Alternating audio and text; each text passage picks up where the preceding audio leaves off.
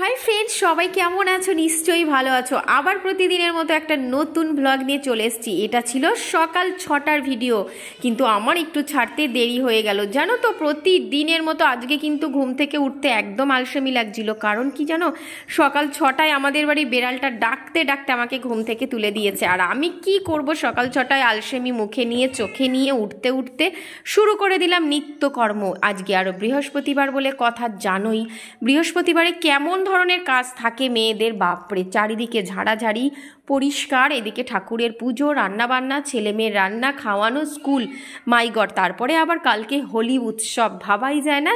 আর বড় করে সন্ধ্যাবেলা একটা চাঁদ উঠছে, দেখতে তো দারুণ লাগে। তোমাদের কেমন লাগে? নিশ্চয়ই ভালো লাগে, কারণ পৃথিবীতে এমন কোনো ব্যক্তিই নেই যে চাঁদ বড় দেখতে ভালো লাগে না।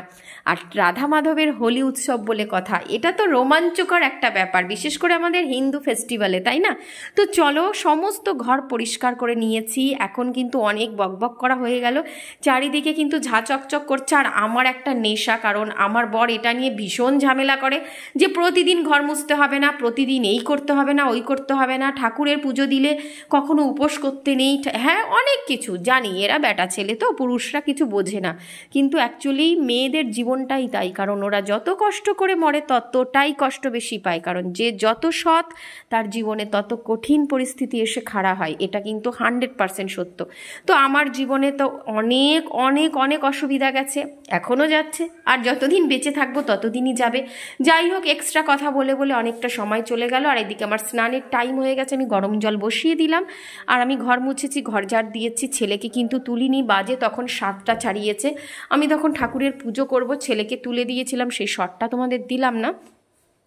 এদিকে আমার গোপু সোনা আর লক্ষ্মীনারায়ণ ভগবান আমার জন্য ওয়েট করছে, কখন তাকে ভোগ বিতরণ করব, মানে সরি, নিবেদন করব। আর এদিকে আমি কিন্তু ঠাকুরের বাসন টাসন মেজে পুরো রেডি করে আমের পল্লব টল্লব দিয়ে, আজকে থার্সডে, বৃহস্পতিবার, গুরুবার, আমি কিন্তু পুজো অর্চনা শুরু করে দিয়েছি। আর পুজো পুরো শেষের দিকে একটু জাস্ট ঠাকুরকে দেখানোর সময় তোমাদের দেখালাম। আর আমার কাছে কিন্তু পুজোটা দিলে মনে হবে সংসারের পুরো 95% কাজ শেষ হয়ে গেছে। আমি কিন্তু খুব খিদে, এখন আমার ভীষণ খিদে, তাই আমি 1 গ্লাস ছাতু গোলালাম প্রতিদিনের মতো, আর 1 গ্লাস ছাতু খেয়ে নিলাম। এবার ছেলেকে তুলে দিয়েছি, ওর এবার গড়িমসি করতে করতে কখন যে ওর 9টা বেজে যাবে, তারপরে স্নান, তারপরে স্কুল। তো পরের ভিডিওটা অবশ্যই লক্ষ্য করো, ওটা মিনি ব্লগ আসছে। আর মিনি ব্লগটা কিন্তু সবারই ভালো লাগে।